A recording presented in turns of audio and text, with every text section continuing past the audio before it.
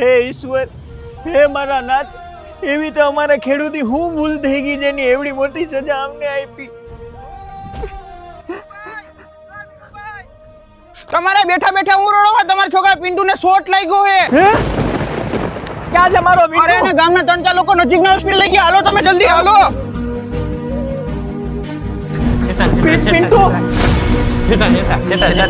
સાહેબ આભારીઓ સાહેબ પિન્ટુ પિન્ટુ પિન્ટુ ભાઈ ધીરજથી કામ લે, બધું સારું થઈ જાય.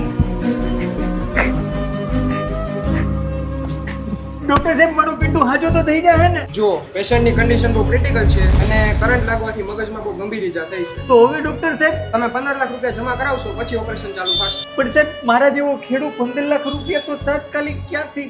કાંઈ વાંધો નહીં, અત્યારે બેઝિક ટ્રીટમેન્ટ ચાલુ છે, ત્યાં સુધી તમે પૈસાની વ્યવસ્થા કરી લો. તો પણ ડોક્ટર ભાઈ વિનુ, માવઠાના હિસાબે મારો પાક બગડી ગયો. બાકી તો હું તને થોડી ઘણી પૈસાની મદદ કરી દેત ભાઈ.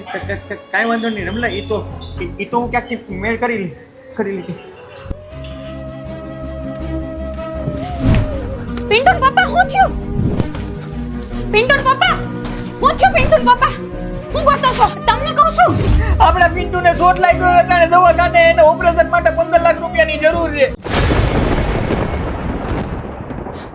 તો આપણા પિન્ટુનું ઓપરેશન તારી બુટ્ટી અને બંગડી વેચશું તો એ ખાલી 1 લાખ રૂપિયો જ થાય. બાકીના 14 લાખ રૂપિયા આપણે ક્યાંથી કાઢશું? આપણા નાના ભાઈને કયો ને, એની પાસેથી કંઈક પૈસાની વ્યવસ્થા થઈ જાય. લખમણ, આવો મોટા ભાઈ આવો.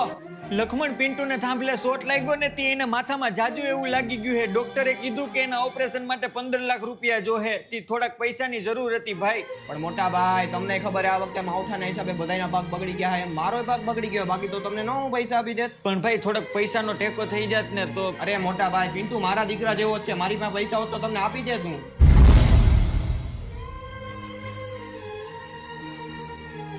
શું થયું? લક્ષ્મણભાઈ કીધું કઈ? તો એક કામ કરો, મારા ભાઈને ફોન કરો, એ કંઈક પૈસાનો મેળ કરી દે.